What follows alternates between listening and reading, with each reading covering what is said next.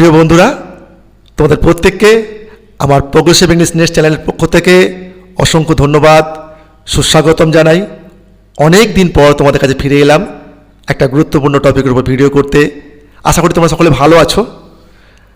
যাক, আমরা মূল টপিকসের উপর চলে আসি।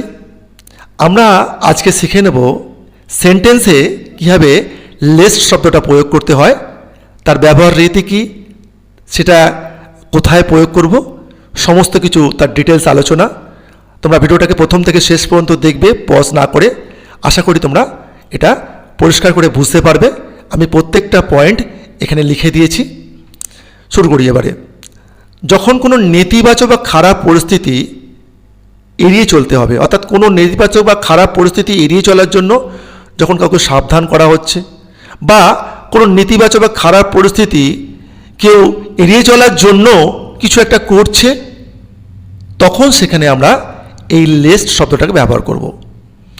নেতিবাচক বা খারাপ পরিস্থিতি এড়িয়ে চলার জন্য, মাথায় রাখতে হবে, নেতিবাচক বা খারাপ পরিস্থিতি এড়িয়ে চলার জন্য, অর্থাৎ যাতে না ঘটে সেই টেন্ডেন্সি নিয়ে, সেই মনোভাব নিয়ে, সেই ক্ষেত্রে আমাদের এই লেস্ট শব্দটাকে ব্যবহার করতে হবে।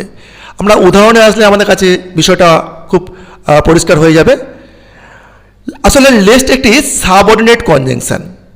আমরা সকলে জানি সাবঅর্ডিনেট কনজাংশন দিয়ে কি হয় না, ডিপেন্ডেন্ট ক্লজ অর্থাৎ সাবঅর্ডিনেট ক্লজ গঠিত হয়। আর সাবঅর্ডিনেট ক্লজ যেখানে থাকে সেটাকে আমরা কমপ্লেক্স সেন্টেন্স বলে থাকি। যে সেন্টেন্সে একটি প্রিন্সিপাল ক্লজ বা মেইন ক্লজ, এক বা একাধিক সাবঅর্ডিনেট ক্লজ থাকে, তাকে আমরা বলে থাকি কমপ্লেক্স সেন্টেন্স। অর্থাৎ লিস্ট দিয়ে ডিপেন্ডেন্ট ক্লজ বা সাবঅর্ডিনেট ক্লজ গঠিত হয় এবং অবশ্যই এটা কমপ্লেক্স সেন্টেন্স হয়।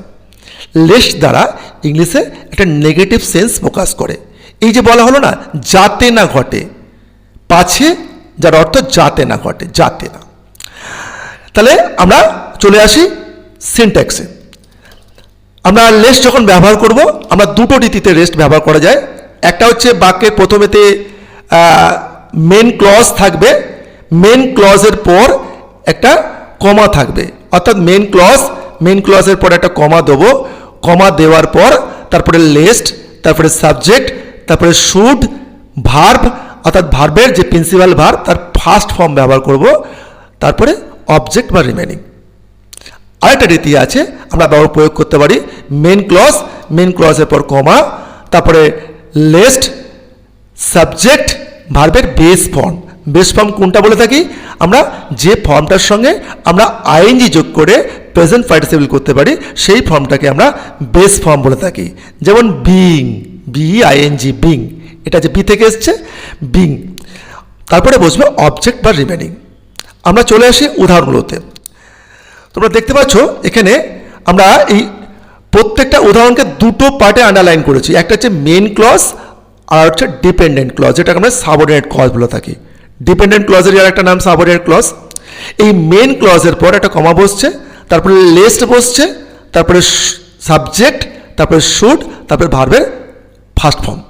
কি আছে, স্টাডি অ্যাটেন্টিভলি, মনোযোগ দিয়ে লেখাপড়া করো। অর্থাৎ এটা কাউকে একটা সাবধান বা সতর্ক করা হচ্ছে, মন দিয়ে লেখাপড়া করো, লেস্ট যাতে না ইউ শুড ফেল, তুমি ব্যর্থ হও।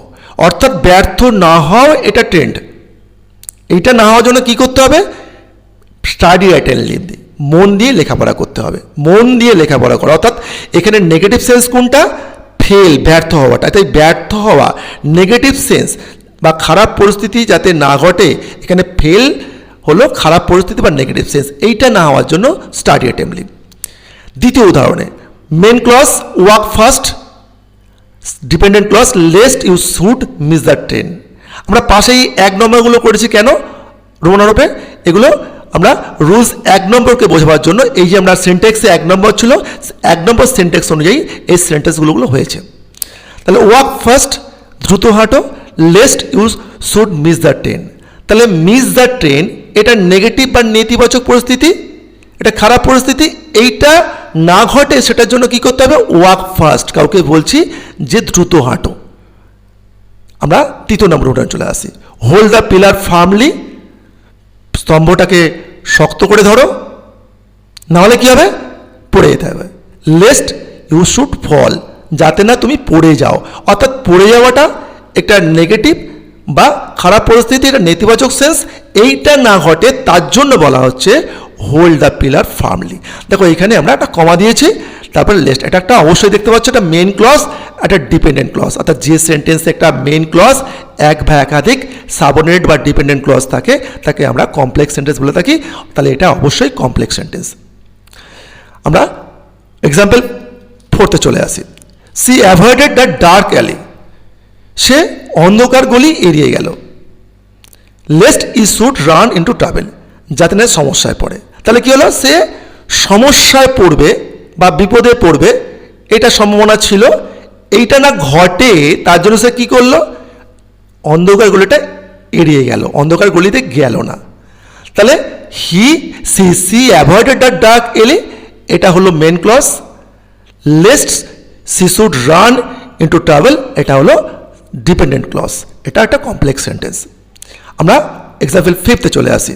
The soldiers hid behind a tree, সৈন্যরা গাছের পেছনে লুকিয়ে পড়ল। লেস্ট, পাছে বা যাতে না the enemy should see them, শত্রুরা তাদের দেখতে পায়। তাহলে শত্রুরা দেখতে পাওয়াটা একটা নেতিবাচক বা খারাপ পরিস্থিতি, এইটাকে এড়িয়ে চলার জন্য সৈন্যরা কী করলো, গাছের পেছনে লুকিয়ে পড়লো। তাহলে আমরা এইরকম নেতিবাচক বা খারাপ পরিস্থিতি এড়িয়ে চলার জন্য কাউকে উপদেশ দিতে, সাবধান করতে, সতর্ক করতে, বা কেউ এড়িয়ে চলার জন্য, ঠিক আছে, যে কাজটা করছে সেটা আমরা সেখানে আমরা লেস্ট ব্যবহার করছি। আমরা এক্সাম্পল 6-এ চলে আসি। হি অ্যাভয়েডেড জাঙ্ক ফুড, সে জাঙ্ক ফুড এড়িয়ে চলতো, এড়িয়ে যেত junk food. Lest he should fall sick, যাতে না সে অসুস্থ হয়। তাহলে অসুস্থ হওয়াটা নেতিবাচক বা খারাপ দিক, এটা এইটা যাতে না হয় সে কী করতো, তার জন্য কি পন্থা অবলম্বন করতো, সে জাঙ্ক ফুড এড়িয়ে চলতো। সে জানতো জাঙ্ক ফুড খেলে সে অসুস্থ হয়, তাহলে সে এড়িয়ে চলতো। তাহলে এইরকম কোনো নেতিবাচক বা খারাপ পরিস্থিতি এড়িয়ে চলার জন্য আমরা এখানে লেস্টকে ব্যবহার করা হয়েছে। এবারে আমরা চলে আসবো দ্বিতীয় নম্বর যে রুলটা ছিল, আমরা শুড ব্যবহার করে না করে। তাহলে এই উদাহরণগুলোতে আমরা সব শুড ব্যবহার করেছিলাম সিনট্যাক্স অনুযায়ী, লেস্ট, তারপরে সাবজেক্ট, তারপরে শুড, তারপরে ভার্বের ফার্স্ট ফর্ম, তারপরে রিমেনিংটা। আমরা এক্সাম্পল 7 থেকে দেখব, এইটা আমরা 2 নম্বর রুলস অনুসারে হচ্ছে, এটা হচ্ছে দ্য স্টুডেন্টস কেপ্ট কোয়াইট, এটা main clause. That lest the teacher be angry, আমরা এখানে দেখেছি যেখানে শুড ব্যবহৃত হয়নি, অর্থাৎ শুড ব্যবহার না করে এখানে ভার্বের বেস ফর্ম ব্যবহার করা হয়েছে। ছাত্ররা চুপ করেছিল, ছাত্ররা চুপ করে থাকার কারণটা কি, যাতে যাতে যাতে না শিক্ষক রেগে যান। শিক্ষক রেগে যাওয়াটা এটা নেতিবাচক খারাপ পরিস্থিতি, এইটা না ঘটে তার জন্য ছাত্ররা চুপ করেছিল। তাহলে এখানে লেস্ট ব্যবহার করেছি, অথচ শুড ব্যবহৃত হয় না। শুডের বদলে আমরা কি করেছি, আমরা ব্যবহার করেছি ভার্বের বেস ফর্ম ব্যবহার করেছি। এইভাবেও কিন্তু আমরা লেস্ট ব্যবহার করতে পারি, দুটো রীতি আছে লেস্ট ব্যবহার করতে, যেটা তোমাদের আগেই আমি বলেছি। নেক্সট উদাহরণে চলে আসি 8 নম্বরতে। I close the windows, I close the windows, আমি জানলাগুলো বন্ধ করেছিলাম। লেস্ট, পাছে দ্য মসকিউটো সেন্টার, যাতে করে না মশা প্রবেশ করে, এই জন্য জানলাগুলো বন্ধ করে। তাহলে মশা প্রবেশ করলে, মশা প্রবেশ করাটা এটা হচ্ছে নেতিবাচক বা খারাপ পরিস্থিতি, এইটাকে এড়িয়ে চলার জন্য আমি কি করেছিলাম, জানলাগুলো বন্ধ করেছিলাম। তাহলে এইরকম ক্ষেত্রে আমরা লেস্ট ব্যবহার করেছি। বন্ধুরা নিশ্চয়ই তোমরা বুঝতে পারছো সেন্সটা কোথায় ব্যবহার করছি। তাহলে এখানেও সেই লেস্ট, সাবজেক্ট, দেখো ভার্বের বেস ফর্ম ব্যবহার করা আছে। এটা কিন্তু ভার্বের এই যে এন্টার, এটা এন্টারি ভার্বের বেস ফর্ম, আবার এন্টারি ভার্বের ফার্স্ট ফর্ম দিয়ে এন্টার হয়। তাহলে আমরা এখানে এন্টার ব্যবহার করছি ভার্বের বেস ফর্ম কিন্তু। নেক্সট আসছি আমরা example number 9। Let me note down your mobile number, তোমার মোবাইল নাম্বারটা আমাকে লিখে রাখতে দাও, এটা মেন ক্লজ।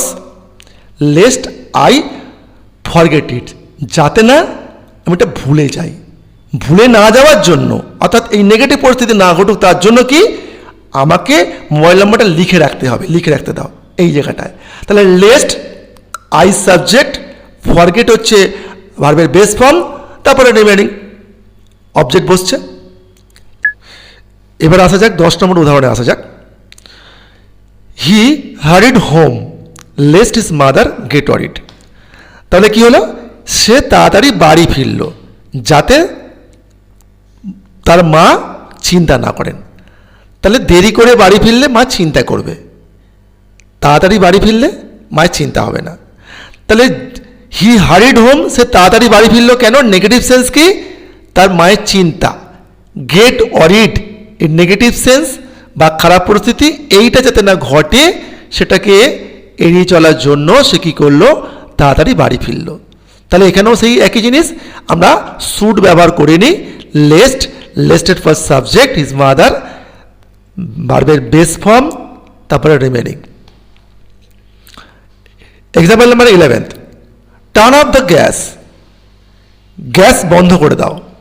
লেস্ট ইট কজ ফায়ার, যাতে বা পাছে না আগুন লেগে যায়। অর্থাৎ আগুন লাগাটা এখানে নেগেটিভ সেন্স, খারাপ পরিস্থিতি এইটা না ঘটুক, এটা না ঘটে তার জন্য কী করে বলা হচ্ছে?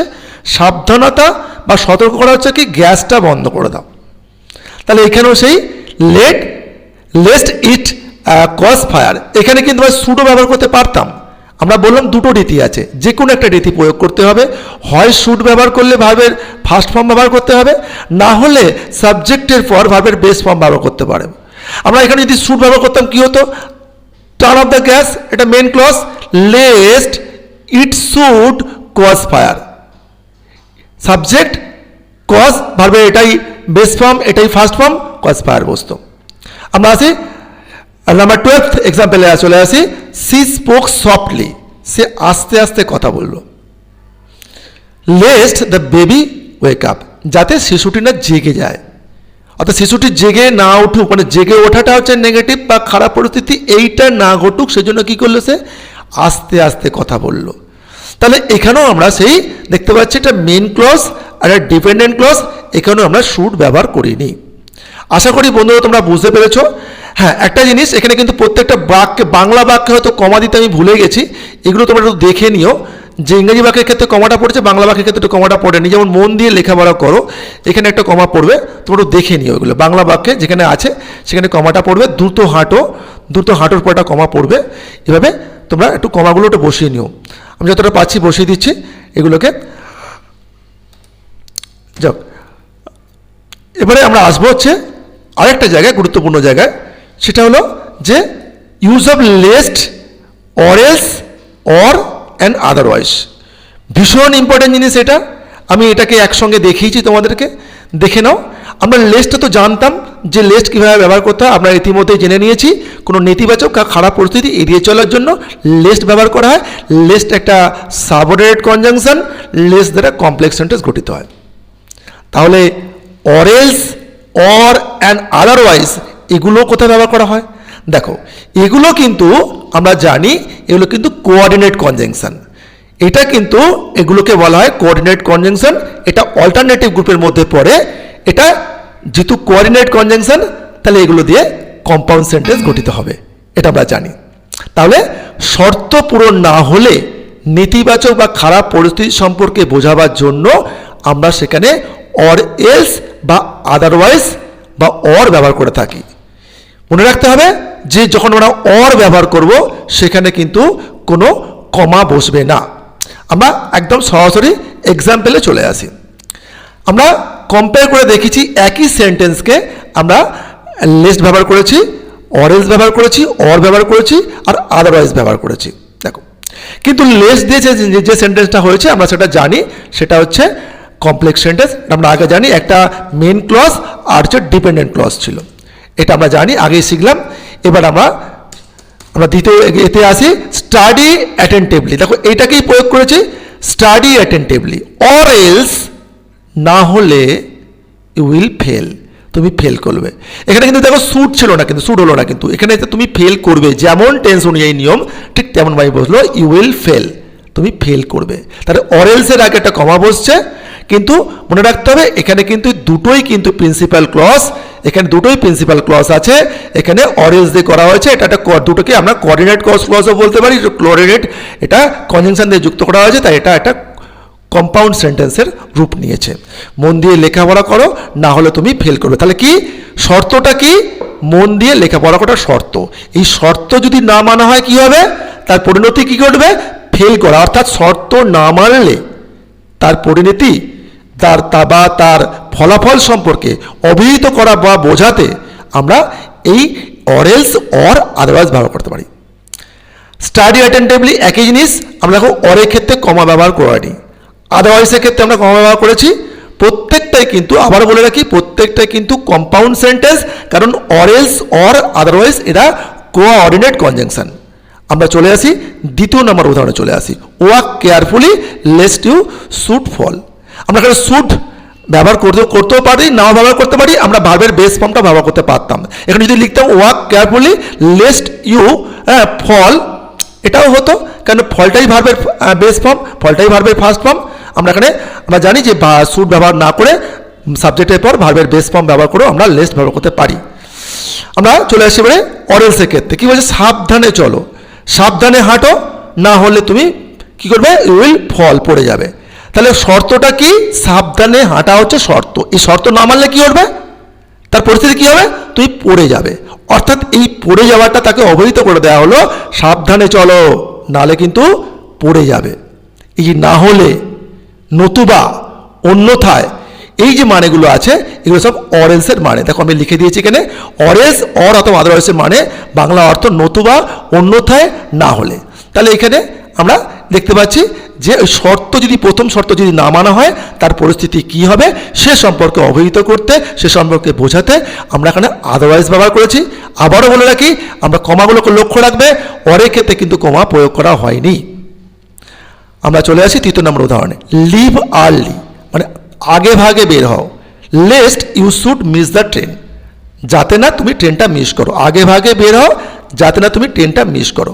তাহলে আগে ভাগে বের হলে ট্রেনটা মিস করবে না, তাহলে তাকে সতর্ক করা হচ্ছে, এই পরিস্থিতি যেন ঘটে সেই জন্য তাকে বলা হচ্ছে, সাবধান করা হচ্ছে, সতর্ক করা হচ্ছে। কিন্তু অরেঞ্জ দিয়ে কী এসছে? অরেঞ্জ দিয়ে এসছে যে আগে ভাগে বেরো। আগে ভাগে বেরোয়াটা হচ্ছে একটা শর্ত, এই শর্ত না মানলে কী হবে? ইউ মিস দ্য ট্রেন, তুমি ট্রেনটা পাবে না বা ধরতে পারবে না, মিস করবে ইত্যাদি। আমরা এই শর্ত না মানলে তার পরিস্থিতি বা পরিণতি সম্পর্কে দেখানো হয়েছে। বন্ধুরা, আশা করি তোমরা বুঝতে পেরেছো। ভিডিওটা ভালো লাগলে তোমরা, আবারও বলছি, তোমরা বেল আইকন প্রেস করে তোমরা সাবস্ক্রাইব করবে এবং কমেন্টস করবে, ঠিক আছে? আমি আবারও তোমাদের কাছে এরপরে আসবো নতুন নতুন ভিডিও নিয়ে। তোমাদের সুকান্ত স্যার, সকলকে ধন্যবাদ। তোমরা ভালো থেকো। Good bye.